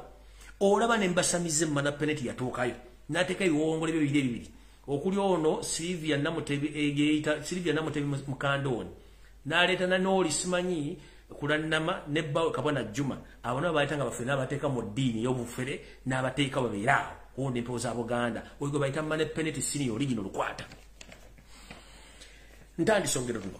munange omukyalo bamala kusumuka muna akole kenesinero munange yoseri tibahabulwa mana penalty n'akabinja kak'Abanyarwanda baagala okutwala ebintu bya Emerida Namutebi batandika bakyala bayagala nnyo okutwala ebintu bye nga tategedde naye nga mukulu ono mugenzi gwe tuyita omugenzi Kula yali ategerera Namutebi nga yambalira ensimbi ya mwa program yambulya na buli kimu ng'omukyalo ono era batambula bulungi state okufuna Namutebi yalina kukola ki state okufuna Namutebi yalina okutta Kula era nga Kula yababuta abasajja ba SFC ne bamujjawo nkiddamu state okufuna Namutebi yasooka kutta Pastor Kula era yafa musajja atu ne mutaka yaggwamu Pastor Kula bamujjawo Namutebi n'asigala mu bbanga era ndoza mwawuliramu okuyuuga mu kkanisa ye bulungi nnyo ngolo batandise omutambuleko mbala ne bagezaako mutega obutwa emirundi egisukkamu ebiri mu mmotoka ye n'abonekebwa obakano n'amuyamba n'amulabisa n'amugamba nti waliwo ekikyamu ekikuliko n'afuna omuzira kisa eyamukubira essimu n'amugamba nti ate mputi bakakolako ebbiri muganda bagenda kukutta tirobinyiike mu nsuwa odduke Pastor Emerida Namutebi ng'akaana k'omusota akagezigezi bwe yamala okufuna information n'agikonfaminga n'abiyika mu nsuwa n'agenda mu ggwanga lya Amerika nakati gyali gyesuubira nti anaavaayo akomewo bw'obanga wadduka ng'oli mu Amerika n'ogeza okudda e Uganda okumyawo engalabi naawe byo basime nkubuulidde Namutebi naye bw'okasita okomyawo engalabi onoogiza mu Uganda nkubuulidde kubanga bakwagala oli mufu ebintu byabwe byagala byonna tugenze mu maaso tugenze ku musumba ayitibwa Kiganda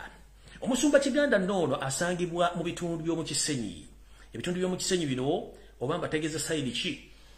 abamanyi obulungi mu Kisenyi kasita bw'otuuka ku ddwaliro State Council ery'omu Kisenyi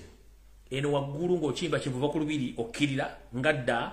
ku Nabagira Primary School gye basaanya kati bw'otuuka mu junction ya waliwo akaliro ke bayita ak'amadoola mu Basumaali kati bw'ova amadoola n'okimbakimba nga kkirira na kivubo otambulako meters 10 n'oweta n'odda ate wansi gye bayita ku Mpitambi Road ewakuŋŋaanira Abasumaali bangi kati bw'otuuka ku Mpitambi Road ate toyambuka ngadde Emmengo oyambuka odda mu Kisenyi eno gye baali baanika amalwa oba gye batundira amalwa gye batundira ne scrap eyo Kiganda gye yateeka ekkanisa ye yatandika n'akafo katonotono naye Kiganda oluvannyuma n'agenda ng'agaziya ekkanisa eno agigula ettaka eryo oba yeyambisa ssente za state saagala confirming ekyo naye Kiganda y'omu ku basumba bateekeddwa ku hit list egenda okuttibwa era ekkanisa ye n'ebintu bye beddizibwe abasajja n'abakazi Abanyarwanda so mukulu Kiganda wonna wooli nkulabidde ebbanga ddene nnyo nga tukyali baana bato kyaki wagizimba ku luguudo lwayita Mpitambi Road kiri ekigambo ekinene ekisajja kyo nabaga nze siiwa ntuuka ku program mulumanyi bulungi oluguudo mulumanyi bulungi nnyo mulumanyi bulungi nnyo oluguudo naye nze nduyise Mpitambi Road luli Basumaali wansi mbawadde junction wonna kuba nze emapu y'omu Kampala ndi mu mutwe wano ne kati mbwadde simple map genda ku lubiri eri ojje ng'okkirira si eri kuwanka Kigozi Nest kuba eriddako endala ng'okkirira Basumaali okkirire ojja tuuka ku ddwaliro State Council buli ddwaliro State Council toyambuka ku Nabagereka ate salanga odda ku ki nga kkirira agenda mu kugunda kivubo tambulako meters 10 ng'ovudde ku ddwaliro Mamadoola ate oweta ku guno omukono ogwa ddyo okkirire wansi bw'okkirira wansi ojja kusangayo omwalo omunene oluguudo bayita Mpitambi Road kati bw'otuuka ku Mpitambi Road era oyongera odda mu maaso eri abalugwa gye baanikanga amalwa era kati batunda scrap na buli kimu era ndowooza n'oluguudo bayinza okuba bateekayo kolansi Abasumaali gye bawanga gye bayitayo kuki ku Mpitambi Road Kiganda ekkanisa ye gyeri era gy'ebeera tevangayo naye mukulu Kiganda wonna wooli engeri gy'osinza Mukama nkusaba Mukama akkingirize naye nga weebereramu kubanga baagala kujjawo n'ebintu byonna bitwale bw'oba alina musereza state sifaayo Katonda yamanyi siri mulamuzi nenga gwomu abazze ku basumba abalina okugibwawo.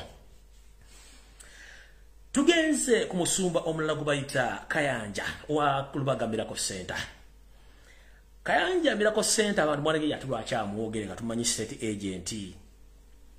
Nze nabagamba omulimu ogwange ngukola Katonda yanaamanya oba oliwo state agent gw'onoomanya oba olina ebizibu byo nsaagala kumanya. Kayanja nkutadde kuladde emirundi egisukka mu ebiri. Nenjala kugamba ku bintu biri ogenda kufunako kimu. Bakuteza accident oba okutega obutwa. Nenga jukira oli ku ddobo ki. Olina ebizibu byongo omuntu Museveni byasinzirako okuteeka ku nninga okuba nti omukolera ndi wandiyagadde nnyo mukolera. Naye weegendereze nnyo ku bugagga byonna by'olina bwe ziba nga ssente zaava mu ndigazo nga zirimu omukono gwa Yoseeri baagala kuggyawo ebintu bye babitwale nga nabo gisimufungize so gw'omu abali ku lisiti egenda okuggibwawo. Remember obadde ng'okulagana omusajja ono ne mukulu wo John Sentamu ali mu ggwanga erya Bungereza nga noono naye mukozi wa Museveni n'ennaku zino tebakyali makambugu olw'ensonga takyasula musasula ssente ziri amusasula luli. So family yamwe mwetereze nga nabo gisimufungize. Ngenze ku musajja wa Katonda asembayo gwe bayita Pastor Chiwewe Sichobe. Ono nga wakansanga Miracle Center. Pastor Chiwewe amawulire gano gantuuseko ne neewuunya. Naye abatamanyi Pastor Chiwewe Sichobe ono ekkanisa ye eriraanye Diddy's World oba gye muyita Wonders World. Abatamanyi kansanga bone mwabasingo bungi kansanga mugimanyi wali Diddy's kalbo oyita ku Diddy's World. Osobola kubanga wakisesinga ekkanisa y'omwami ne abantu mbuuza omusajja ne bintu byonna bimanya atya n'amakubo. Baba tutobye ne Uganda tutulooza tutobye ne Uganda buli wamu tutambuddewo. Bomwizo tulamuza tulina emirembe we are here. Kubanga tutambudde buli wamu tutambudde nga tukola. So omwami ono y'omu ku bantu abali ku hit list. Mukulu Chiwewe Sichobe gwe nannyini oba gwasumba ekkanisa ya Kansanga Miracle Center wateekeddwa ku hit list eno era nga ekigendererwa kyakuggyawo gwe kyakiyoyedizibwe abasajja abanyarwanda nga bakozesebwa gavumenti. Nkitegeddeko nti gwe bakuvuga buvuzi, nkitegeddeko n'akufumbira emmere akufumbira bufumbizi n'abakuuma era bakuuma bukuumi. Era ntegeddeko nti oli muzibu nnyo okubuulira information n'okutegeezebwa mb'olina amawaggali mangi nnyo mu butakkiriza. Naye Biblia gy'osinza ekugamba eti nti beesiimye abo abakkiriza nga tebalabyeko. Bw'oba olina ekitabo ekyo nga kirimu essuula ekugamba nti beesiimye abakkiriza nga tebalabyeko, mukulu Chiwewe manyi karakita zo ng'omuntu toli mwangu nnyo wakonvinsinga kubanga ne family yo ntegeddeko nti ne bwe gamba ekintu you don't care ngolooza oli superior mu kutegeera. Naye okutegeera si kwa buli muntu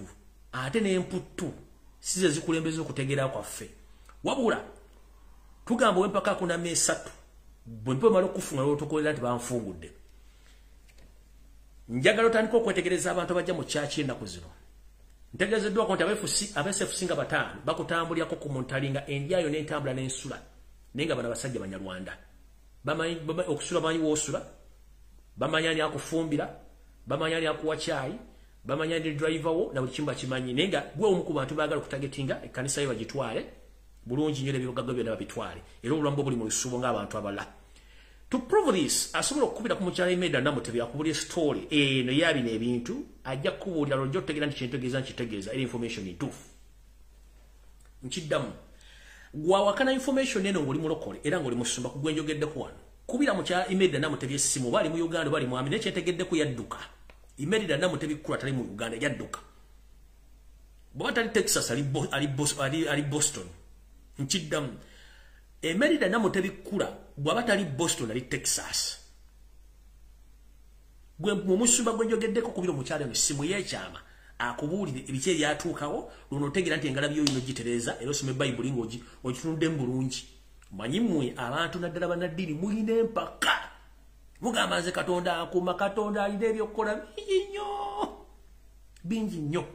Entalo ziri e Syria Katonda gyali, entalo ziri e Ukraine Katonda gyali. Kati gwe gwembuulira wano asobola okukwata essimu ya buyonjo ne weebereramu n'owumuza engalabi yo ojja gamba Katonda je Katonda naye ayine abantu baterawo mubiri ng'amanyi nti bategedde bw'onogaana okuwummuza biyo mukulu Kiweweesi Kyobe wa Kansanga Miracle Center nawe munnange totuninyanga zo video bajja zijjayo bazi playing kitegedde bulungi nze nkubulidde mana penalty tatudde era njagala bategeeza nti abasumbano wammanga nabo bibamu kuba agent ba Museveni abali makanisa nebo oli abayomba toteekayo kyabo muno mwe muli omukulu eita Pastor Bujingo omuli Serwadda omuli ne Ssenyonga boogera toteekayo kigambo kyodala buli mulokole baleke bano muzanyo go bazanya mu kanisa temujja gutegeera kubanga gwa mana penalty bano bakozi ba mana penalty yabakozesa okutandika okulumba basumba abatufu bali ku mulamwa yabakozesa era n'okuba spyingako yabakozesa kajjala basa banono bugisimufungize abasumba benda budde please lubalembera nga nembiro kwotadde Katonda yamba yeyambye mana penalties against you era abaagala nenga bano mu kanisa ya Katonda wangale ya born again ba spy agent abali mu kanisa zino mwe muli Bujingo Serwadda ne Ssenyonga ne muli abalwana ne bakola baki teri asobola bakwatako wadde okuyomba kubanga bakimanyi bakolera mukulu mana penalty nsiyaleta asanga bisibe muzeyizedde mutegedde bulungi sono mutegere kye kigenda maaso mu Uganda nga nabo gisimufungize tugenze maaso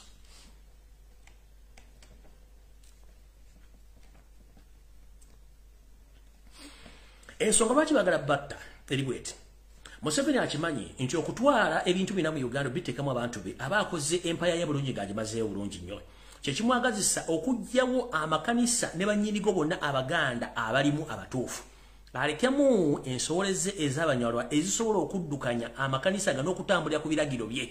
era ng'abasinga obungi bwe munaaniriza ku basumbano ba agent benjogeddeko gwe mubuuza atambule ng'omuganda akulage bajjajja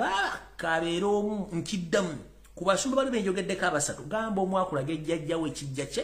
oba akulage bajjajja babiri gye bamuzaala olujja otutegeera nti abanyarwanda for real gye bali abatebali ku mission mwenna bapasita baganda bagenda bajjawo era nga ne recent abasumba badde bafa bonna babadde basajja baganda kubanga neno born again church ayagala giyingiramu giteekamu basajja banyarwanda naye nga mission yeno era erimu ne muwala we oli eyeyita omulokole naye oŋŋamba otya okukatabonoga Mukama yeebazibwe nga kitawakeera kukwata jjambiya n'asaddaako abaana b'abantu oŋŋamba otya Mukama yeebazibwe era n'okuba crusade nga gwe kennyini ozaala abaana ojjamu embuto ojja kwata otya Bayibuli nga nti osaba Katonda akuyambe simanyi biki ng'omusajja gwe bakale mu kitanda akwata abaana b'abantu n'abasalamu ensigo n'abajjamu emitima n'agitunda mbonaawo oli mulokole nno omukazi omukulu atuludde emyaka akwata Bibuliya n'asoma mulimu Mukama amuyambe naye nga tasobola kweyamba ye kennyini Janet gwe kennyini tosobola kweyamba naye ate mumukola ebikolo by'okutta abantu ne weebaka ne weegolola nodda mu buli n'ogamba Mukama yeebazibwe singa walla ayokera ku makya mukazi gwe nga tozuukuse kubanga luyagaliza muka kitalo ttanyoko kati pastor oba ye pastor Patience gwe omulokole oba ye Patience ndowooza omulokole oba ye Patience n'ogamba Mukama yeebazibwe mujjamu embuto muliga bali ku competition n'ogamba Mukama yeebazibwe kitaawo alagira abantu babatte n'ogamba Mukama yeebazibwe omusajja gwe bakaleyo mu buliri atunda ebiwowolo by'abaana atunda ensigo ali mu kutta bantu Mukama yeebazibwe nga mwannyoko ye siriyokkiira ne weebuuza ensi etulaza luddawa mukozesa Katonda okuyisa ebintu byammwe ne basajja mmwe ne bakazi mmwe mugenda kubonaabona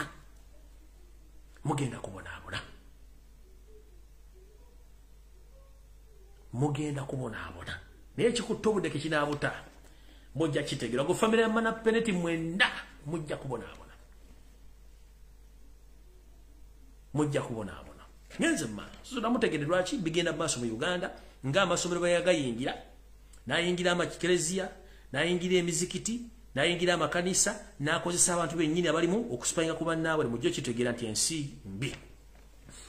eno message njagala egende mwenna abantu abali mu diaspora Yoseri tibahaburo tabasira mutano wakali jensi ele times zedde nsanga bisibe mana penalty ayina ba agent bangi bemumanyi ne butamanyi njala tegeza bana Uganda mwenda bali ku ground bwe puna abali mu diaspora nino omusajja go bandeetedde nga agent wa Yoseri wa Iso omwami ono ne ku kitebe kya Nuupu olumu atera okujjawo era n'anyumyamu naye nga musajja wa Eso bamu kubatambuza obutwa. Omwami bamuyita Kibotodde Kakooza. Ono ajja nnyo mu meetings z'abantu mu diaspora. Ono ne ku kitongole kya ne ku kitebe kya Nuupu ajjawo era yeefuula okuba nti wa opposition nenga si wa opposition musajja mukozi wa Eso era gotasobola kusuubirizaako nti mukozi wa penalty wa mana penalty era nti mugabi wa butwa mu diaspora era buli muntu yenali associate nzere kuna ye nkusanga nabo gisimu fungize essimu ye blocking toddamu ku associating na musajja ono bamuyita Kibotodde Kakooza ngenda balaga ekifaananyi kye mujja kutya.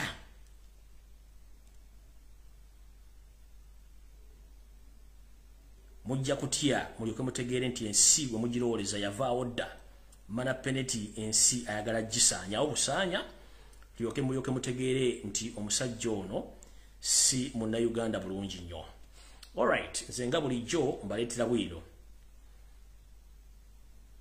Omusajja oyo gwe mulaba ali mu suuti eya bbulu ne ttaayi ye mukulu Kibotodde Kakooza. Yoyo mumulabe bulungi nnyo. Oyo mbega wa Iso atambuza obutwa mu diaspora ne ku local level bamuyita Kibotodde Kakooza. From reliable sources nga ne ku kitebe kya Nuupu yajjawo nga temumanyi era ndozomula enyambala gy'ayambala ayambala smart nnyo akulowoozesa nti muntu wa bulijjo kumbe mukozi wa mana penalty. Mutegedde bulungi nnyo, mutegedde bulungi nnyo. Yoyo mukulu Kakooza Kibotodde Eso agent mu diaspora akolaganye n'abantu bangi nnyo era mbadde mulina enteekateeka zonna ze mukola ez'enkyukakyuka nga azibaliramu mudduke emisiri nga nabo gisimufungize n'essimu zammwe muziblocking. Yoyo saagala mugembe simu amutegedde essimu yoyo bamuyita Kakooza Kibotodde Eso agent nenga nekamokya yajjawokko omulaba bulungi nnyo. Kati naawe yali mu kifaananyi kino ng'oyogera n'omusajja Kibotodde Kakooza mukitegeere bulungi nnyo nti omwami ono Eso agent wa Eso agent akola mu diaspora n'ewaka. Okitegedde bulungi bamuyita Kibotodde Kakooza. Mubazoomingire mmanyi mwagala nnyo zoom. Wuuyo saagala muge omusajja tetwamulabye omusajja atulimba ekifaananyi yuuyo mukozi wa mana penalty. Mulabe bulungi nnyo muwozaani agabutwa mu diaspora abantu bafa biki ye Kibotodde Kakooza state agent wa Eso atambula mu diaspora abeera mu conference z'enjawulo abeera mu Nuupu abeera ludda wanenga state agent. Mayinza byange mbyogera nga bibiri atayagala birekeewo ayagala bikwate kubanga sirina muntu gwenkolera mawulire gano gakole banda Uganda abali mu nsonga ez'okwenunula. Alright, nabagamba waliwo wano omuntu eyefudde ebbereje mu comment bamwe bamuyita Tikyampamire si Tikyampamire oyo bamuyita Ssegilinya musomesa ku standard high zana. Amanya ga Mpamire omusomesa yamusomesa ye Mpamire Arthur. Kati Mpamire wa comedy azanyanga mu 7 nakugamba nja kwabiza bwere nekugamba weso you struggle. Omanyi kasajja gwe moyino obunyo obukulinga obwa ddulu nosiniko obunyo obukulinga embuzi esabalaavu goloza muntu ategeera. Omusajja kusomesa gwe watwala amanyage kubanga Arthur Mpamire ye musomesa yakusomesa n'otwala amanyage era ne musomesa ne kuzana high school wali edizezana munkumanyi bulungi nnyo. Olira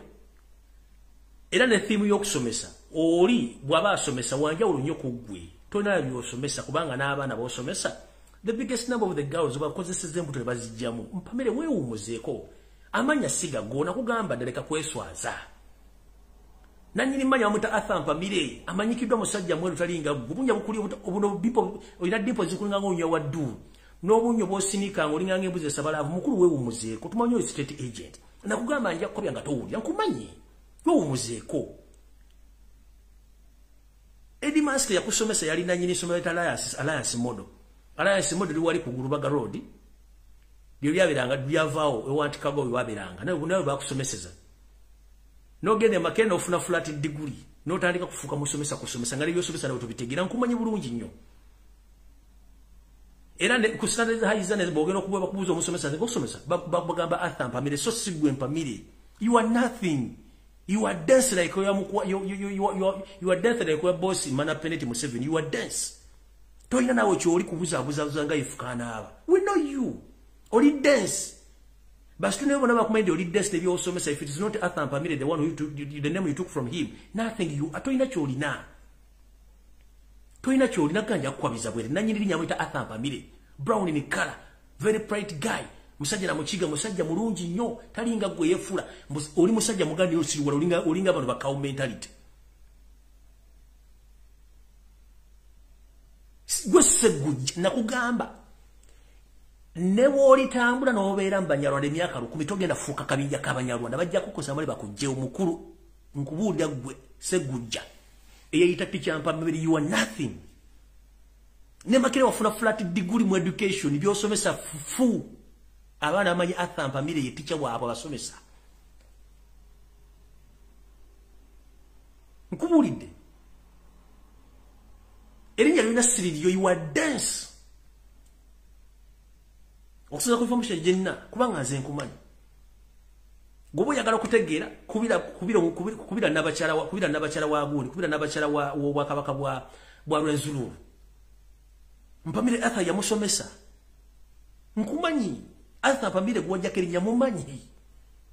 kati boda ku social media ne wepanka pamote wali akumanyi nkumanyi you are dense kubuza bandi wa teacher obafunisa bufundisa mbuta abana babandi bazijja mu standard high zani natakumanyi oluwano buza abantu oli musajja togenda fuka mu Nyarwanda okujja nawo gwo Banyarwanda bana befula Baganda nunwe twagala kimanya utubule open nawo oli mu Nyarwanda kubanga embwe tambula nambwa tosobola sanga mbwa ngitambula nambwa ziveri ile embwe tambula nambwa temanyi kijja eno last family namwe mugenda genderamu okitegedde oli dancing buza nabagereka wa Rwenzururu yakubulira Athampamire yamusomesa ngandaba kubanga nzibanzala ku lubaga oli banza kuserwanga Mpamire Arthur yalina teacher kati guludawo buza abantu mbomanyo inachi oli mukali muto wafuna na flat degree mu education n'abana bosomesa bondaba kwa singa Mpamire kuyambako wali batajasona kusomesa wali kuzana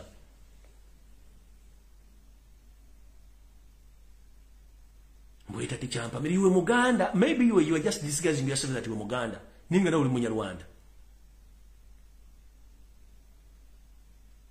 na nyini yamwita Athampamire mumanyi era ne yasomesa kuzana Alex standard high mumanyi nakugamba ngenda mpula nja kwabya nga tomanyi nja kwabya so Ssegujja do you copy unless you are not Ssegujja you just disguising yourself that you are Muganda nga na uli Munyarwanda so genda mpola mukulu tubamanyi ina ndao tubamanyi komuli mugosingo kutera okusomesa kwa kuli mu mugosingo kutera kufunisa abana babandi mbuto ba student okuva ku senior 1 mpaka senior 6 kubanga you are celebrity uzala tukimanyi genda mpola fe tuli bako temujja tusobola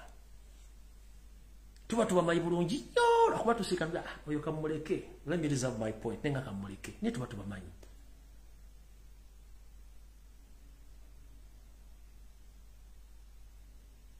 tubamanyi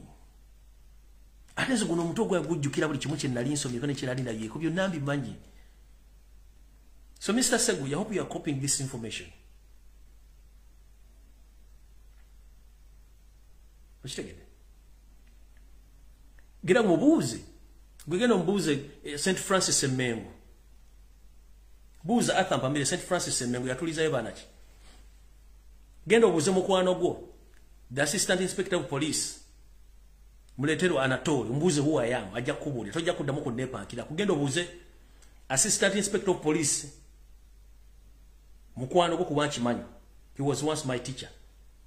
Anatole muletero mubuze ajja kubuli huwa mwai so leme kunza nyirako ate muleke kumanyira abantu we are tired tuli bako unyo muza nyemiza just stating ati tunga muza tumanyi kena akudda munda kunonyereze ko ne comedy ja mudduka mugwe kena akudda munda kunonyereze ko ne comedy ja muddu ja kuddukawo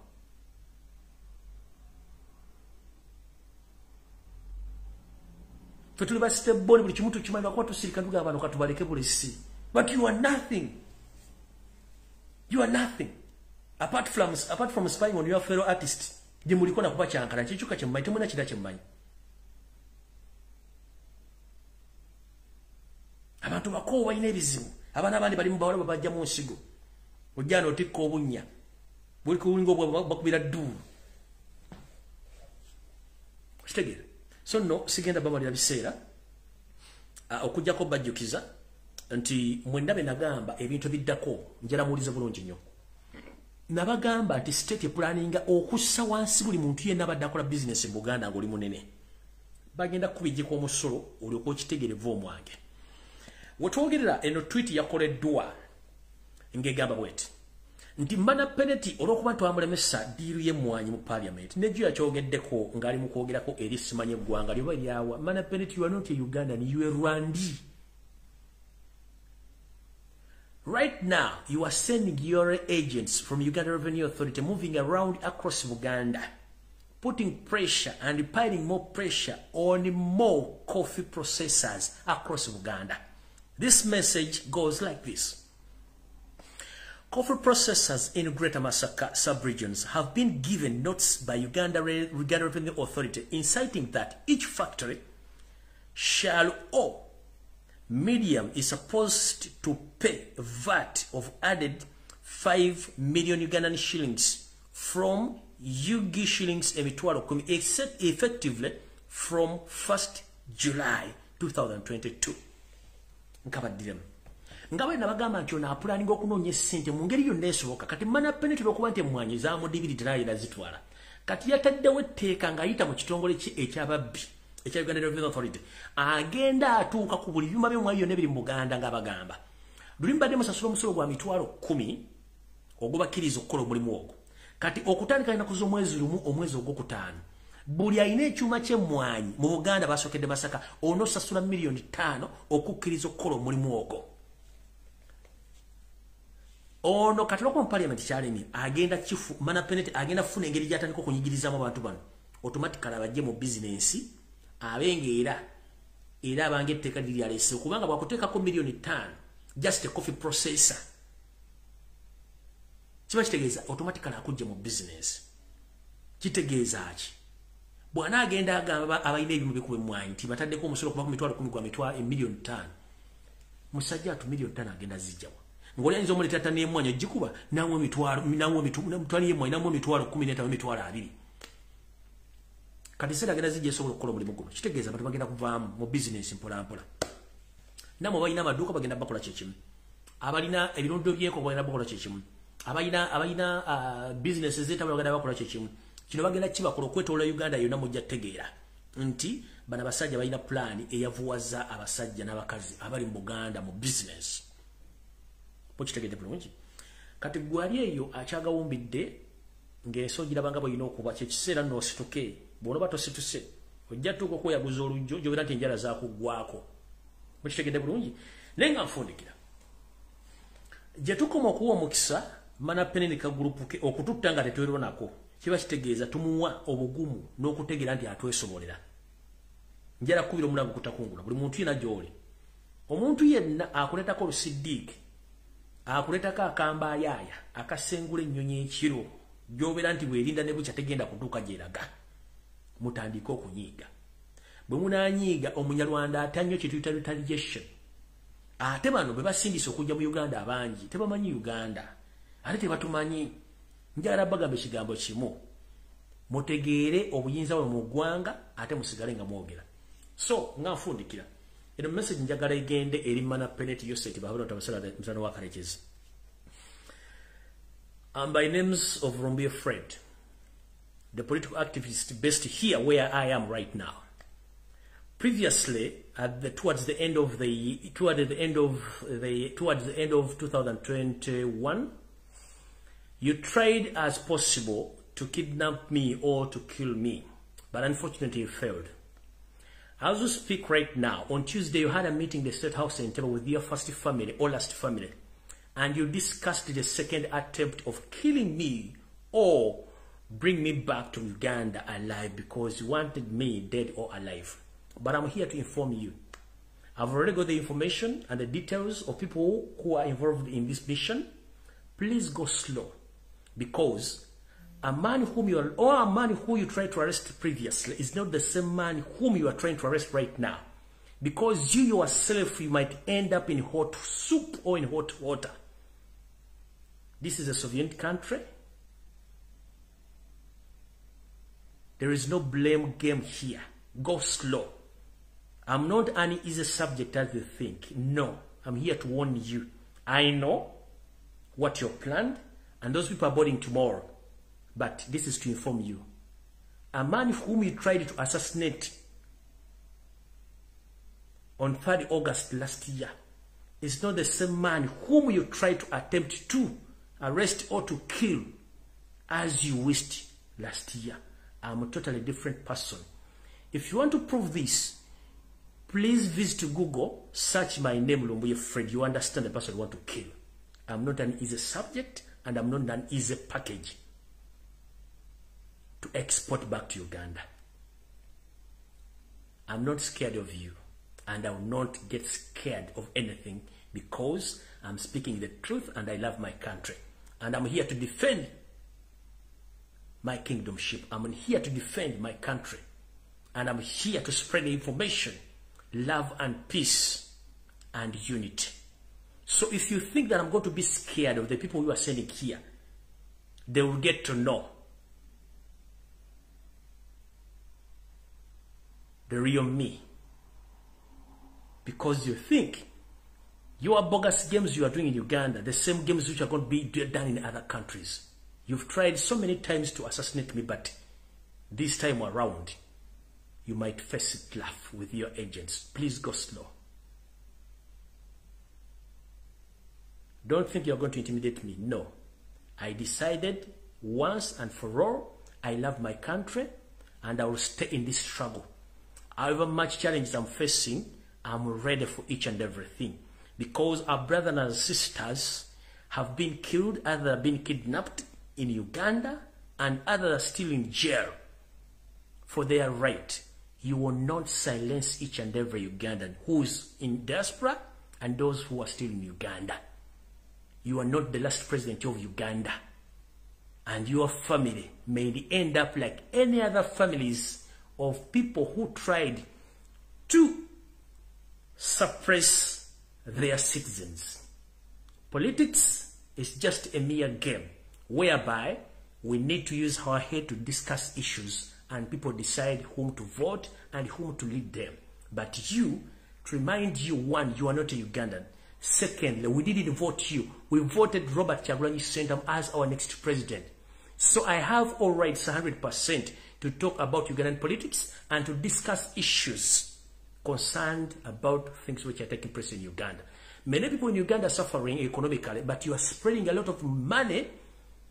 in the names of keeping safe of your family and you to stay in power by killing your opponents. But please stop this, because your time is up. You understand? Mr. Mana Peneti, your time is coming, but go slow about me and go slow about any other Ugandan who is fighting for freedom and who is yearning for change. You can't lead Ugandans for 40 years. No, it won't happen. Soon or later, you might face all the charges and plus all your cocoons who are there traumatizing Ugandans home and away. May God bless Ugandans and stay safe. I'm here to stay. May God bless Ugandans and may God bless me too. Mwera mukama bankomere.